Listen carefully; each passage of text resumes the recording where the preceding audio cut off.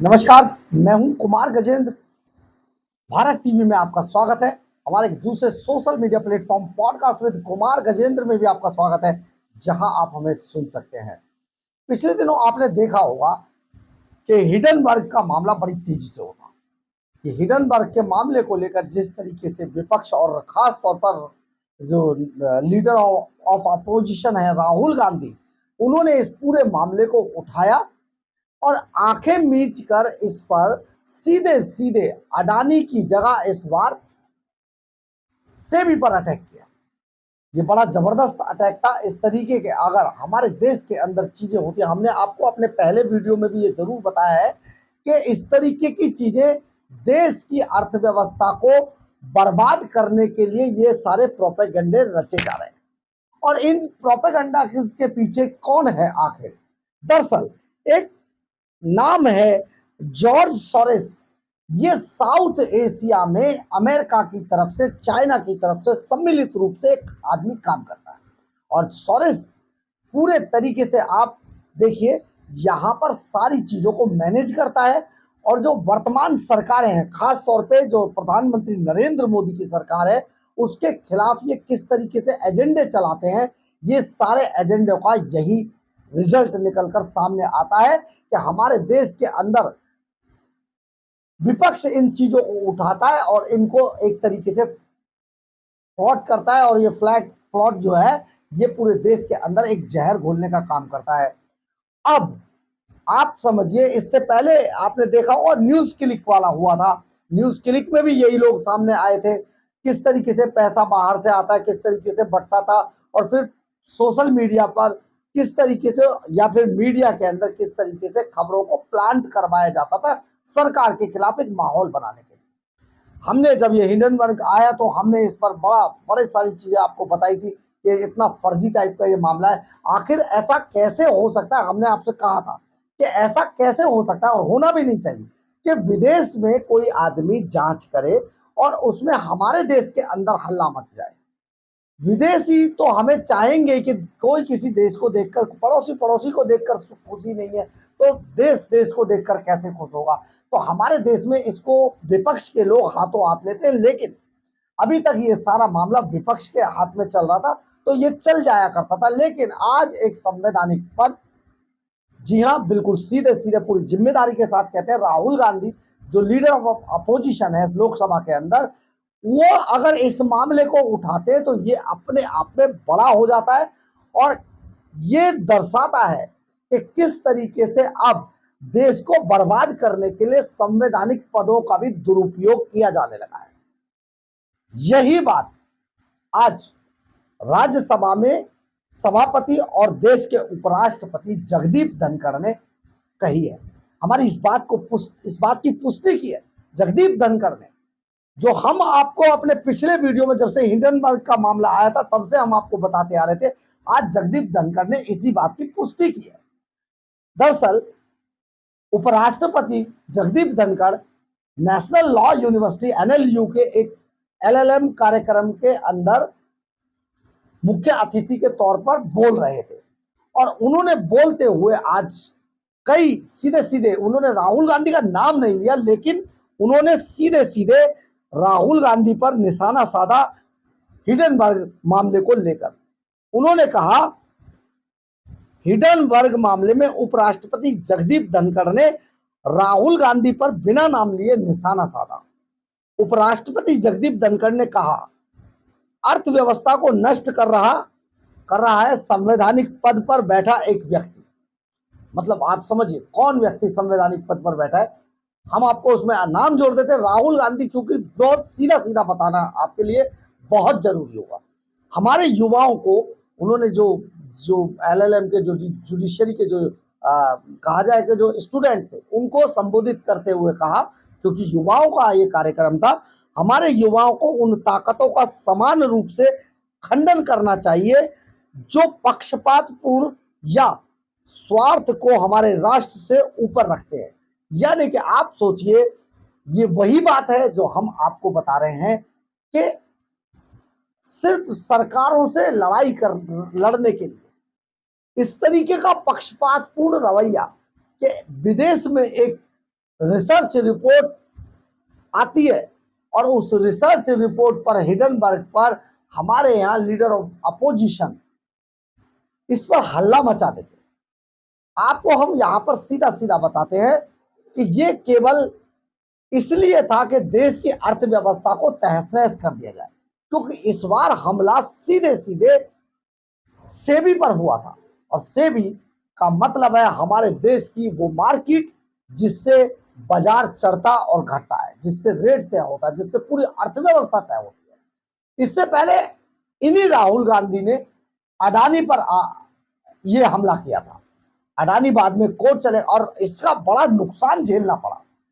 जो अडानी की कंपनियां थी, देखिए जो अडानी ग्रुप है उसकी देश के अंदर 11 कंपनियां हैं, लिस्टेड कंपनियां 11 में से 10 कंपनियां लिस्टेड हैं और उनका 40,000 करोड़ रुपया देश की जो शेयर मार्केट है, जो मार्केट है, उसके अंदर 40,000 करोड़ रुपया लगा हुआ है। अब ये 40 एक कंपनी है जिसका नाम है एनडीटीवी, वो अभी लिस्टेड नहीं है और उस पर पैसा नहीं लगा है। इसके अलावा 40 कंपनियों पर 40,000 करोड़ रुपया अडानी ग्रुप का लगा हुआ है मार्केट के अंदर। अगर अडानी पर अटैक होता है और खासतौर पे राहुल गांधी जैसे लोग या विपक्ष अटैक करता है तो जो अडानी ग्रुप के शेयर है वो धड़ाम हो जाते हैं। यानी कि मार्केट के अंदर ऐसे लाखों लोग हैं जो एक रात में अगली सुबह होते होते बर्बाद हो गए। राहुल गांधी को इन सभी का हिसाब देना पड़ेगा। इसके बाद जब ये पूरा एजेंडा उनका पूरी तरीके से नहीं चल पाया तो राहुल गांधी ने एलओपी लीडर ऑफ अपोजिशन रहते हुए सेबी पर हमला किया। और सेबी पर हमला किसकी वजह से किया? हिंडनबर्ग की रिपोर्ट को लेकर आधार बनाकर। यह बहुत दुर्भाग्यपूर्ण था। आज उसी पर उपराष्ट्रपति जगदीप धनखड़ ने बहुत जबरदस्त ढंग से हमला किया विपक्ष के ऊपर। उन्होंने इस पूरे हमले के अंदर नाम नहीं लिया, लेकिन उन्होंने कहा एक संवैधानिक पद पर बैठा व्यक्ति, संवैधानिक पद पर, यानी कि लीडर ऑफ अपोजिशन एक ऐसा पद है जो कैबिनेट मिनिस्टर से भी बड़ा कहा जाता है। आप समझिए अगर वो इस तरीके की विदेशी फर्जी रिपोर्टों पर इस तरीके का रिएक्ट मारेगा और ये हमला करेगा तो देश की अर्थव्यवस्था का कैसे सत्यानाश हो जाएगा। तो आप आगे जगदीप धनखड़ ने कहा हमारा जो संविधान है, हमारे देश का जो संविधान है वो विधायिका, कार्यपालिका और न्यायपालिका इन तीनों पर ही होल्ड करता है और इन तीनों को अपने अपने क्षेत्र में स्वतंत्र रूप से कार्य करने का पूरा मौका देता है। यानी कि कहीं पर भी इन तीनों संस्थानों में बैरियर नहीं लगाया गया है संवैधानिक रूप से। जो हमारी न्याय व्यवस्था है वो हर आदमी तक कैसे पहुंचे, जो हमारी न्याय व्यवस्था है वो किस तरीके से कहीं पर भी एक दूसरे में कार्यपालिका, न्यायपालिका और विधायिका ये तीनों एक दूसरे का हस्तक्षेप ना कर पाए, इसकी व्यवस्था हमारे संविधान में दी गई है। हमारे संविधान में बहुत सारी चीजें इस तरीके की गई हैं जिनसे कि आप समझिए एक दूसरे के कार्य को स्वतंत्र रूप से करने का ये पूरा कार्य क्षेत्र उपलब्ध कराया गया हमारे संविधान के अंदर। ये बात आज जगदीप धनखड़ ने, जो एनएलयू नेशनल लॉ यूनिवर्सिटी के जो छात्र थे, उन सबके बीच में कही। और सचमुच ये वही बात थी जो हम हिडनबर्ग की रिपोर्ट के बाद आपको अपने वीडियो में लगातार बताते आ रहे हैं। लेकिन आज हमारा विपक्ष जिस तरीके से, खास तौर पे राहुल गांधी जैसे लोग जिनसे बहुत ज्यादा उम्मीदें की जा रही थी कि वो युवा नेता है, अगर आएंगे तो देश को बहुत आगे लेकर जाएंगे और देश को बहुत आगे बढ़ाएंगे, अगर वो जॉर्ज सोरोस जैसे लोगों के हाथों में खेल रहे हैं तो ये अपने आप में बहुत दुखद है। क्योंकि हमारे देश के अंदर आज बहुत सारे ऐसे घटनाक्रम हो रहे हैं जिनको लेकर हमारा देश कहीं ना कहीं एक झटके में कहां से कहां पहुंच सकता है। क्या इसकी जिम्मेदारी, देश को आगे बढ़ाने की जिम्मेदारी क्या सिर्फ नरेंद्र मोदी या सत्ता पक्ष को है, क्या विपक्ष को देश के बारे में सोचने की कोई जिम्मेदारी नहीं है? कोई आता है हमारी न्याय व्यवस्था पर हमला करता है, कोई आता है हमारी कानून व्यवस्था पर हमला करता है, कोई आता है हमारी राजनीतिक व्यवस्था पर हमला करता है, कोई आता है संविधान दिखाता है। संविधान के किसी भी चैप्टर में ये नहीं लिखा है कि देश का नेता भ्रष्टाचार करेगा। अगर लिखा है तो चाहे राहुल गांधी हो चाहे कोई और हो, वो दिखा दे। तो फिर ये नेता अगर भ्रष्टाचार करते हैं, ये जब संविधान की शपथ लेते हैं, जब ये नेता चुनकर आते हैं, तब वहां पर इन्हें, मुझे लगता है कि इन्हें सच्चाई ईमानदारी की भी शपथ दिलाई जानी चाहिए और इन्हें उसी दिन ये बॉन्ड भरवा लिया जाना चाहिए कि अगर आपकी संपत्ति बढ़ी तो आपको उसी दिन इस्तीफा देना होगा। लेकिन ऐसा होता नहीं है। अभी आप करने लगिए, लाख हल्ला मचाना शुरू कर देगा, पूरा विपक्ष एकजुट हो जाएगा। रेप जैसे मामलों को भी ये बढ़ा चढ़ाकर पेश करते हैं।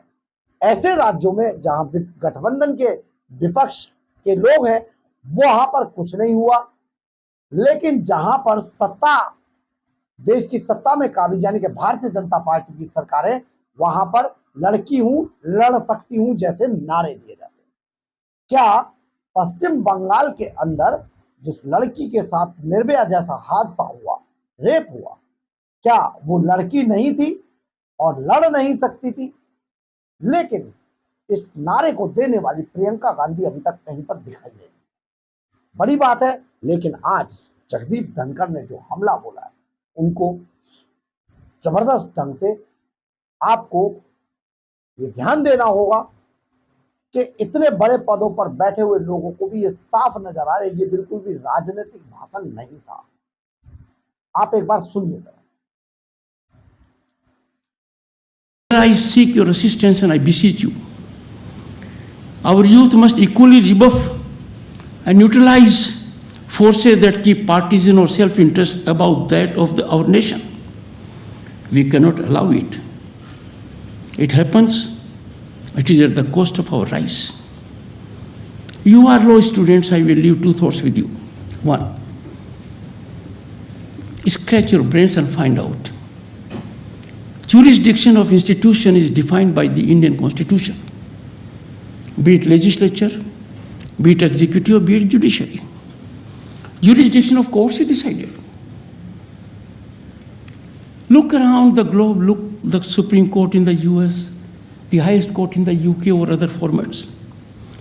Has there been suo motu cognizance even once?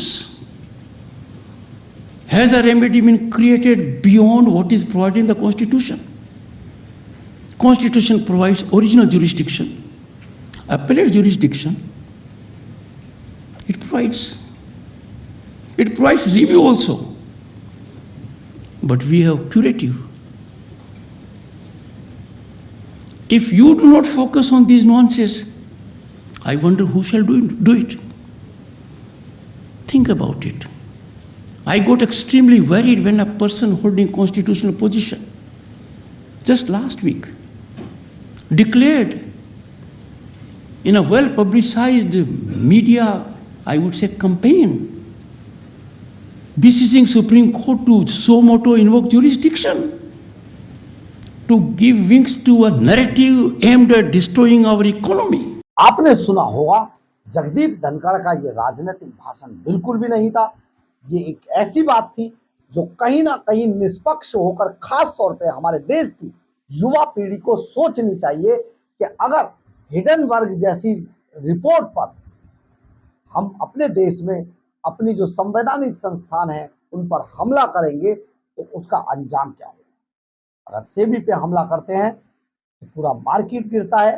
अगर अडानी अंबानी जैसे बड़े बिजनेसमैनों पर, जिनका हजारों करोड़ रुपया, लाखों करोड़ रुपया मार्केट के अंदर लगा हुआ है, उन पर हमला करते हैं तो भी मार्केट तो गिरता ही गिरता है। वो लाखों लोग बर्बाद हो जाते हैं जो मार्केट के अंदर डेली रेट्स को लेकर अप एंड डाउन करते हैं। बड़ी बात है, सोचिएगा जरूर किस तरीके से राहुल गांधी जैसे लोग देश को, दूसरे देशों के इशारे पर देश को बर्बाद करने पर तुले हुए हैं। बहरहाल, अगर आपको हमारी खबर अच्छी लगे तो आप इसे लाइक, सब्सक्राइब और शेयर जरूर करें। कमेंट्स बॉक्स में अपनी राय जरूर लिखें, इससे हमें बहुत ऊर्जा मिलती है। जय हिंद, जय भारत।